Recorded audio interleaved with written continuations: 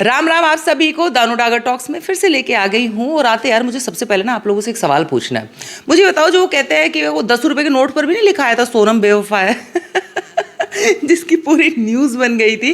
तो मुझे पूछना है, जो सोनम है ये सिर्फ लड़कियां जिनका नाम है वो बेवफा होती है, या जो सोनम जैसे सोनम वांगचुक, हालांकि देश के साथ तो बेवफाई कर ही चुके हैं, लेकिन फिर भी जस्ट मैं जर्नली पूछ रही हूँ कि वो भी बेवफा होता है।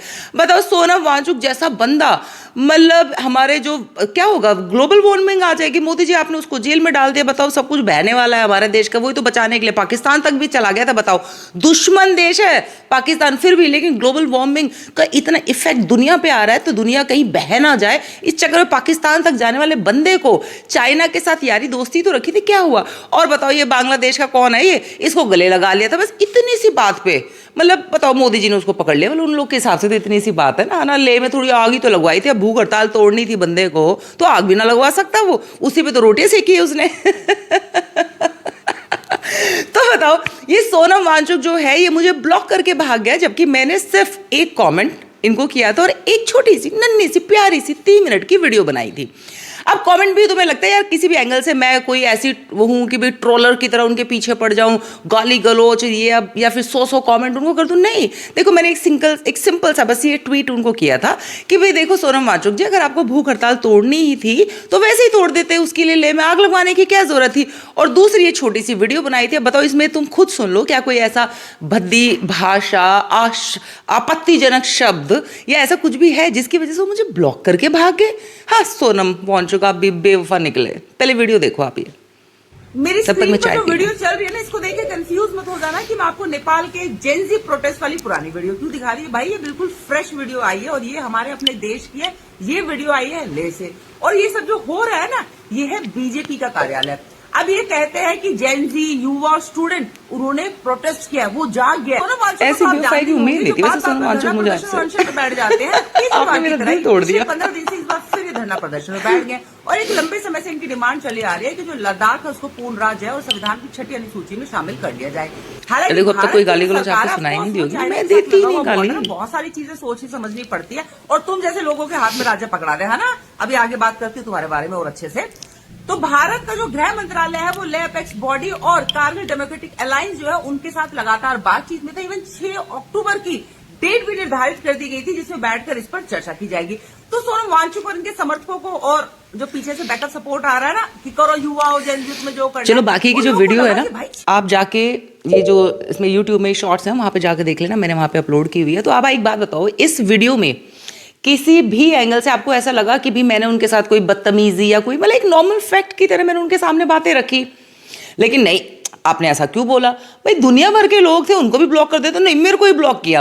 अब अभी देखिए कि ये वो लोग हैं जो कहते हैं कि नरेंद्र मोदी जबकि सरकार बनी है हमें बोलने नहीं दिया जाता, हमें बोलने की आज़ादी नहीं है, और अगर हम इनसे सवाल नहीं पूछेंगे तो हम किससे पूछेंगे? तो मैंने सिर्फ इनसे जो ये एक्ट इन्होंने किया, जिनकी वजह से इतना भड़काऊ भाषण इन्होंने जो दिया, जिसकी वजह से ये आग लगी लेह लद्दाख में, जो इनके समर्थक थे उन्होंने आग लगा दी, तो उनसे क्या हम एक सवाल ना पूछे कि तुमने पूरे शहर में आग लगवा दी, लेकिन तुमसे सवाल कोई नहीं पूछेगा। सारे सवाल, सारे बोलने की आज़ादी और स्वतंत्रता तुम्हारे पास है। तो ये इतना दोगलापन इनके अंदर है ना कि हो इसने सवाल पूछ लिया, हो सही सा लग रहा है इसका सवाल, इसको ब्लॉक करके भागो, कभी दूसरा सवाल ना पूछ लीजिए। क्योंकि जो गाली गलौज देते हैं ना उनको ये रखते हैं अपने अकाउंट पे, उनको नहीं ब्लॉक करते। क्यों? क्योंकि फिर उनको सिंपैथी चाहिए होती है दिखाने के लिए कि देखो हमें ना लोग गाली दे रहे हैं। अब मैंने सिर्फ सटीक सवाल पूछ लिया, क्योंकि गाली गलौज देना ना मेरी आदत है और ना मुझे उसकी जरूरत महसूस होती है, क्योंकि गाली वो लोग देते हैं जिनके पास शब्दों की कमी है। खैर छोड़िए, अब सोनम वांगचुक तो खैर जेल में बैठे हैं, उनके नाम के आंदोलन पता नहीं क्या क्या हर जगह निकल रहा है, लेकिन उनसे होना हुआ ना कुछ नहीं, सब सिंपैथी करने के लिए हो रहा है। दूसरे अगर मैं बात करूँ ना, जो लोकतंत्र और सरकार से सवाल पूछेंगे, हमें बोलने नहीं दिया जाता, इसका सारा भाषणबाजी करने वाले एक बहुत ही पुराने बुजुर्ग जर्नलिस्ट, ये है विनोद शर्मा जी। आपने टीवी चैनल पर काफी बार देखा होगा इनको कांग्रेस के लिए चटुकारिता करते हुए। इनके नजर में सब बाकी गोदी मीडिया है और इनको पूरा बुढ़ापा निकल गया इनका चटुकारिता करते करते कांग्रेस की। अब बताओ अंकल जी, आप मुझे ब्लॉक करके क्यों भागे? मैं फिर वही कह रही हूँ कि मैं गाली गलौज तक भी नहीं करती। भाई अंकल जी इतना ऑफेंडेड हो जाते हैं, एक छोटा सा कमेंट मैंने डाला, बताओ 2 कमेंट किया अंकल जी को। देखो सोनम वांगचुक को मैंने सिर्फ एक ही कमेंट किया था और एक वीडियो बनाई थी, और अंकल जी को सिर्फ 2 कमेंट किए, तो उसने मुझे ब्लॉक करके भागे। अब इंसिडेंस क्या हुआ था उस दिन, जब हमारा ये लोकसभा का सेशन चल रहा था, तो उस टाइम पे प्रधानमंत्री नरेंद्र मोदी जी बोल रहे थे और उससे पहले राहुल गांधी भी बोले थे ना। तो प्रधानमंत्री नरेंद्र मोदी जी जब बोले तो उन्होंने ये बोला, विनोद शर्मा ने, जो हमारे सीनियर जर्नलिस्ट है, इनका ये कहना था, ओह मोदी जी ने जो बोला बड़ा ही बोरिंग था, मुझे तो नींद आ रही। तो मैंने सिर्फ इनसे इतना सवाल पूछ लिया कि थोड़ी देर पहले जब राहुल गांधी बोल के गए तब क्या आप भंगड़ा पा रहे थे? दूसरा, इन्होंने एक पूरी फुट ऐसे वो जो उन्होंने नहीं की थी, वो बाइक रैली निकाली थी वोट चोरी यात्रा के नाम पर, जिसमें तेजस्वी यादव और राहुल गांधी ऐसे आगे से आगे बाइक चला रहे थे। तो फिर हर जगह रवीश कुमार भी और पता नहीं सब लगे पड़े थे, वो बाइक चला दी, अब तो इसको प्रधानमंत्री बनने से कोई नहीं रोक सकता, राहुल गांधी से। तो ऐसे ही कुछ इन्होंने भी, अब इनकी पोस्ट पड़ी होगी, आप जाके देख लीजिएगा, इन्होंने लिखा था कि राहुल गांधी को बाइक चलानी आती है, क्या हमारे देश के प्रधानमंत्री को चलानी आती है? तो भाई बस मैंने इतना ही पूछा था, अंकल जी बाइक तो हमारी कॉलोनी का जो सिक्योरिटी गार्ड है उसको भी चलानी आती है। तो क्या वो भी देश के प्रधानमंत्री बन सकता है? मतलब फुद्दू बंदे, फुद्दू बातें, फिर इनको ऐसा कुछ को बोल दो तो फिर ब्लॉक करके भाग जाते हो। और वैसे फिर दोबारा मैं कहूंगी, ये वो लोग हैं जो कहते हैं हमें बोलने नहीं दिया जाता, हमें बोलने नहीं दिया जाता, जबकि ये सुन भी नहीं सकते। अब आ जाते हैं तीसरी, ये रिटायर्ड विंग कमांडर मैडम अपने आप को फ्लॉन्ट करती हुई घूमती है, क्योंकि इन्होंने भाई एक आर्मी एयरफोर्स बैकग्राउंड इनका रहा है, तो बस उस चीज़ के लिए बस इनको वो रहना चाहिए कि हमें देश के लिए मैंने ये किया, देश के लिए मैंने ये किया। ठीक है, देश के लिए आपने कुछ भी किया हो उसकी बिल्कुल हम रिस्पेक्ट करते हैं, चाहे आप किसी भी आर्म फोर्सेस से हो, पुलिस से हो, सिक्योरिटी से हो, किसी भी फील्ड से आप वो करते हो, बिलोंग करते हो। दूसरा, ये भी बिल्कुल टोटली आपकी चॉइस है कि आप बीजेपी चूज करो, आप कांग्रेस में जाओ, ये भी टोटली आपकी चॉइस हो सकती है, इसमें भी मुझे इससे कोई प्रॉब्लम नहीं है मुझे। अब ये मैडम जो है लगातार, जो पीछे जब बिहार चुनाव से पहले का एक इंसिडेंस है तो उसमें कुछ लिख रही थी, तो मैंने वोट चोरी से रिलेटेड इनसे 2-3 सवाल सिर्फ इतना ही पूछ लिया था कि भाई देखो, जब वोट चोरी हो रही है, सब कुछ हो रही है, तो चले जाओ ना सुप्रीम कोर्ट कचहरी, आप ही चल जाओ मैडम, डिस्ट्रिक्ट कोर्ट ही चली जाओ। बताओ, इतनी सी बात सुनकर उन्होंने मुझे ब्लॉक करने से पहले इवन मुझे ना इतनी बड़ी चिट्ठी लिख के मेरे को मेरे इनबॉक्स में डाली है। अगर वो मुझे दिख गई, वो चिट्ठी मैं दोबारा आपको दूंगी, मतलब यहाँ पे जरूर लगाऊंगी, तो वो चिट्ठी इन्होंने मेरे को लिख के डाली और फिर मुझे ब्लॉक करके भाग गई। अब आप ये सोचो, मैं बार बार क्यों कह रही हूँ, ये वो लोग हैं जो लगातार कहते रहते हैं कि ना हमारे लोकतंत्र पे खतरा है, हमें बोलने नहीं दिया जाता, मोदी जी ने तो बिल्कुल तानाशाही कर रखी है। ये इनकी तानाशाही है कि ये अपने प्लेटफॉर्म पे बैठेंगे, वहां पर ये कुछ ही बकवास करेंगे, और अगर कोई बंदा सभ्य तरीके से इनको काउंटर कर देगा तो उसको ये ब्लॉक करके भाग जाएंगे। लेकिन जो इनको दुनिया भर की गाली देंगे ना, चाहे वो राइट विंगर ही क्यों ना हो, मैं उनकी बात कर रही हूँ, ये उनको रखते हैं ताकि ये अपनी सिंपैथी कार्ड खेल सके। देखो हमें लोग, ये राइट विंग वाले हमें कितनी गाली देते हैं, देखो बीजेपी वाले हमें कितनी गाली देते हैं, सिर्फ इस वजह से रखता है। अदरवाइज मुझे ब्लॉक करके भागने की क्या जरूरत है? ऐसा तो है नहीं मैं तुम्हारे पीछे 100 कमेंट करके भाग रही हूँ। भाई मैं तो वैसे ही गिनती के, सीरियसली बताऊं, ट्विटर पे मैं वैसे ही, मतलब 10-12 लोग हैं जिनको मेरी नजरों के सामने आता है तो मैं रीट्वीट कर देती हूँ, और उसमें से 5-6 मुझे ब्लॉक करके भाग गए। बताओ, ये रेशो है मेरा। और अगर मैं ऐसे पर्टिकुलरली लोगों के पीछे पड़ गई तो मुझे तो लगता है आधे से ट्विटर मुझे ब्लॉक करके भाग जाएगा। अब आ जाते हैं सबसे, मेरा जो फेवरेट कैरेक्टर जो है ना, जो मुझे ब्लॉक करके भागा है, वो है ये कहने को कॉमेडियन, इस टाइम फुल टाइम चाटुकार बन चुका है कांग्रेस का, राजीव निगम। हालांकि आप इसको पहचानने की कोशिश करें, फिर भी आपको अपने दिमाग पर बहुत जोर डालना पड़ेगा और आप लगोगे देखा दिखा सा तो लग रहा है, ये टेढ़ा मेढ़ा से इधर उधर जो देख रहा है, लग रहा है देखा दिखा है। एक्चुअली ये दिन रात मोदी जी के नाम की, जैसे बाहर वो प्रेस कॉन्फ्रेंस वगैरह या विदेश में जब जाते हैं उसके ऊपर ये बहुत सारी चीजें करता रहता है, ठीक है ना, मिमिक करता रहेगा।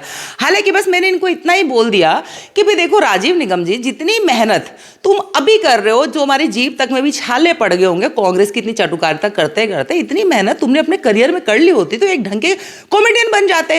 अब ये सिर्फ 1-2 ट्वीट मैंने इसी बात से रिलेटेड डाले तो वैसे मुझे ब्लॉक करके भागे राजीव निगम। बताओ, अच्छा वैसे मुझे ऐसा लगता है इनका जस्टिफाइड है मुझे ब्लॉक करना, सीरियसली स्पीकिंग।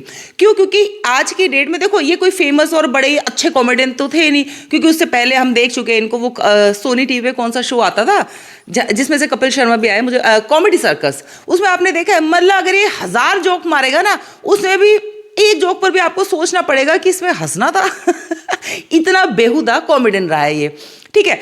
अब देखो, ये मुझे ब्लॉक करके जो भागा उसको मैं समझ सकती हूँ, क्योंकि आज की डेट में ये पिछले 3-4 साल से, क्योंकि इसका अपना पानी धंधा तो बंद हो चुका है, लॉकडाउन के बाद से ये प्रॉपरली कांग्रेस की चाटुकारिता में आ गया। दिन रात मोदी, बीजेपी और मोदी सरकार को गाली देने का काम करता है। इसकी पूरी टाइमलाइन उठा के देख लो, ठीक है। अब आप ये सोच रहा है कि भाई देखो इतनी चाटुकारिता करते करते अब अपने दिमाग में तो इसको लगता है ना मैं बहुत बड़ा कॉमेडियन हूँ, हो सकता है मुझे कहीं टिकट पत्थर पानी कुछ मिल जाए, इतनी चाटुकारिता कर रहा हूँ। तो देखो ये मुझे इसलिए ब्लॉक करके भागा क्योंकि जो इसके जितने भी फॉलोअर्स अब बने हैं ना, क्योंकि पहले तो इसके घंटा फॉलोअर्स थे, तो उन सारे फॉलोअर्स को पता ही नहीं है कि ये कॉमेडियन है। तो इसको लग रहा है कभी उन फॉलोअर्स को ये पता चल जाए, क्योंकि मैं बार बार लिखती थी कि इतनी मेहनत तू अपनी कॉमेडी पे कर लेता तो क्या हो जाता, ढंग के कॉमेडियन बन जाते हैं। तो इसको डर लग गया कि कहीं जितने भी कांग्रेस के चमचे चपाटे अब जो मेरे फॉलोअर्स बन गए, क्योंकि मैं दिन रात मोदी सरकार को गाली देता हूँ और राहुल गांधी की जय जयकार करता हूँ, तो उनको गलती से पता चल गया कि मैं कॉमेडियन हूँ, ऊपर से राजी निगम थर्ड क्लास कॉमेडियन हूँ, तो मुझे सारे अनफॉलो करके भाग जाएंगे। तो देखा इसका मुझे ब्लॉक करना जस्टिफाइड है। लेकिन देख राजीव निगम, मैं तो कोई चीज़ कहना चाहती हूँ जाते जाते, हालांकि तेरे को मेरी वीडियो दिख गई तो मुझे यूट्यूब पर भी ब्लॉक कर देगा। क्योंकि राजीव निगम देख यार, कांग्रेस में मुझे नहीं लगता तेरी दाल गलने वाली है, क्योंकि देख तू वैसे ही थर्ड क्लास कॉमेडियन है और कांग्रेस के पास ना अपना चलता फिरता मतलब जबरदस्त इंटरनेशनल कॉमेडियन लेके घूम रहा है राहुल गांधी। तेरे को लगता है तू राहुल गांधी को मतलब 1% भी बीट नहीं कर सकता कॉमेडी के मामले में? तो तेरी जगह वहां बनती नहीं भाई, तू गलत पार्टी में है। मैं कहती हूँ हाँ, वैसे आजकल समाजवादी पार्टी की साइकिल के भी टायर के वहां भरता हुआ नजर आता है काफी सारी पोस्ट में। यार सही जगह सही खेल रहा है तू, या तो साइकिल ही चला लूंगा वरना हाथ पकड़ के राहुल गांधी के साथ निकल लूंगा। खैर देखो, लास्ट में मैं यही कहना चाहती हूँ, और भी बहुत सारे लोग होंगे जिन पे मेरी नजर नहीं पड़ी, क्योंकि मैं बहुत कम लोगों को रीट्वीट करती हूँ। तो बाद में end of the story last में निकल के यही आए, ये वो लोग हैं, यही इनका दोगलापन है जो मैं हमेशा कहती हूँ ना, कि ये लड़ाई लड़ रहे हैं लोकतंत्र को बचाने की, फ्रीडम ऑफ स्पीच, संविधान के रक्षक बन के निकल चुके हैं सड़कों पे। मतलब खुद तो सड़कों पे नहीं निकले हुए, खुद अपने एसी रूम में बैठ के हमारे देश के युवा, जेनजी और हमारे देश के स्टूडेंट को कहते हैं तुम निकल जाओ सड़कों पे, क्योंकि ना लट गड़े मुंडे पड़ने लग रहे हैं। अब हम तो लट नहीं खाएंगे, हम सिर्फ तुम्हें भड़काएंगे। तो ये वो लोग हैं जो ये कहते हैं कि भाई फ्रीडम ऑफ स्पीच नहीं है, लेकिन और हम सरकार से सवाल ना पूछे, लेकिन जब ये बेहुदा हरकत, बेहुदा बयानबाजी करे तो इनसे कोई पलट कर सवाल ना पूछे। क्योंकि मेरे जैसा बंदा अगर सेंसिबिलिटी से सभ्य भाषा में इनसे सवाल पूछेगा तो ये घबरा जाएंगे उससे और उसको ब्लॉक करके भाग जाएंगे। और मैं खुल के कह रही हूँ, आप ना जाके 2-4 इनको गालियां क्या 100 गाली दे दो, ये आपको नहीं ब्लॉक करेंगे। लेकिन आप सेंसिबिलिटी से आप चेक कर सकते हैं इस बात को। ये जो भी मैंने नाम अभी आपके सामने लिए, इनको सेंसिबल तरीके से काउंटर करो। ये देखो आपके 1 से 2 कमेंट के बाद ना आपको ब्लॉक करके भाग जाएंगे। तो ये इनकी हकीकत है, ये इनका दोगलापन है, और इस चीज को ना ज्यादातर पब्लिक समझ चुकी है। इनको ऐसा लगता है कि ये कुछ भी बोलेंगे, इमोशनल कार्ड खेलेंगे। यार इमोशनल कार्ड खेलने की भी एक लिमिट होती है भाई, मतलब कब तक खेलते रहोगे? हमें भी लगता है यार ओवर एक्टिंग के पैसे काटो इनके, मतलब कुछ नया लेके आओ यार। ये सुपर फ्लॉ फिल्में हो चुकी हैं आपकी, कुछ नया लाओ, इंटरेस्टिंग लाओ। ये बात में मजा नहीं आ रहा है, हमें लोग गाली देते हैं, हमें बोलने नहीं दिया जाता। हाँ, अब क्या करोगे? मतलब मोदी जी की छाती पे चढ़ के बोल लोगे क्या? सिर पे चढ़ोगे? कहाँ चढ़ के बोल लोगे और कितना बोल लोगे? उल्टा मैं कह रही हूँ, तुम मुझे नहीं बोलने दे रहे। मैं जब जब तुम्हारे यहाँ बोलने के लिए आते हो तो मुझे ब्लॉक करके भाग जाते हो। या फिर मुझे भी एक प्रॉपर ट्रेंड ट्रोलर बनना पड़ेगा कि ना मैं इनको गाली दूंगी तो मुझे ब्लॉक नहीं करेंगे। पर वही वाली बात ना, वो हमसे होती नहीं ना। शब्दों में इतनी ताकत है कि गाली तो वो लोग देते हैं ना जिनके शब्दों में ताकत नहीं होती। तो चलिए अपने शब्दों की ताकत को आप भी बढ़ाए। गाली गलौज करने से कुछ नहीं होगा यार। गाली गलौज आप जितना इनके पेज या चीज़ों पे जाके करेंगे, ये उतना सिंपैथी खेलेंगे, आपको नहीं ब्लॉक करेंगे। बल्कि आप इनके साथ सभ्य तरीके से जो बात ये कह रहे हैं उसको समझें। थोड़ा टाइम ले ले, क्योंकि माँ बहन की गाली देने में आपको 2 सेकंड लगता है लिखने में। तो थोड़ा टाइम ले लो बाबू, 2-4-5 मिनट ले लो, कोई बात नहीं। कहीं नहीं हमारी तारी ट्रेन छूटन लग रही, पर ढंग का सेंसिबल इनसे काउंटर सवाल करो तो देखो ये लोग आपको भी ब्लॉक करके भाग जाएंगे। जय श्री राम।